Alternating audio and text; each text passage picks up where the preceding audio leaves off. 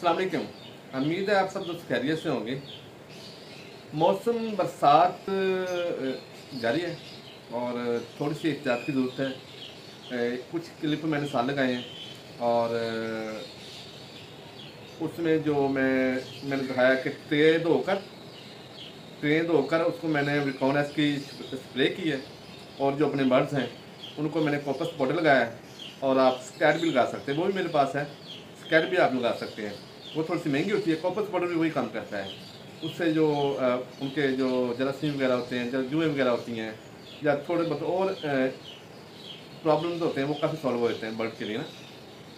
तो ज़रूरी है हर 3 माह बाद ना जो कि हमें यूज़ करना चाहिए स्कैट वगैरह और पाउडर वगैरह हर 3 मंथ बाद। और जो ट्रे धोने वाला मामला है वो आप 2 माह बाद में धो सकते हैं, 1 से 2 माह बाद, ठीक है। ये 8 दिन बाद धोना काफ़ी मुश्किल होता है क्योंकि हर बंदे ने 2-2-3 दिन तो ट्रे लगाया होता है, ये मुश्किल काम है।